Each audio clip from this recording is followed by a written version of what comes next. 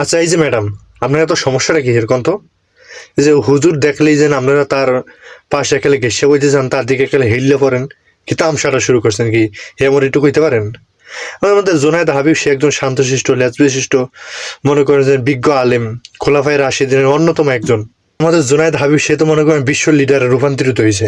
এখন এই বিশ্ব লিডার দিকে আপনারা তার দিকে এরকম ঝুঁকে পড়বেন, তার থেকে একটু মনে করেন যে সিম্পেথি কামাইতে চাইবেন, কি ব্যাপারটা এরকম না?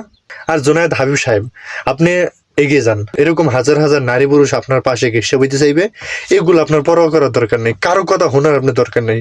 আপনি এগিয়ে যান। আপনি মনে করেন খোলাফায়ে রাশিদিনের অন্যতম একজন খলিফা। আপনি যেহেতু নেতা হয়েছেন, আপনার উপর থেকে পর্দার হুকুম আকাম সব কিছু রহিত হয়ে গেছে। আপনি কোনো চিন্তা করবেন না, কে কি বলে আই ডোন্ট কেয়ার। কারো কোনো কথা শুনবেন না। নারী পুরুষ যা আছে আপনি তার সাথে বসবেন, তাদের সাথে দেখা করবেন, প্রয়োজনে তাদের সাথে কোলাকুলি করবেন।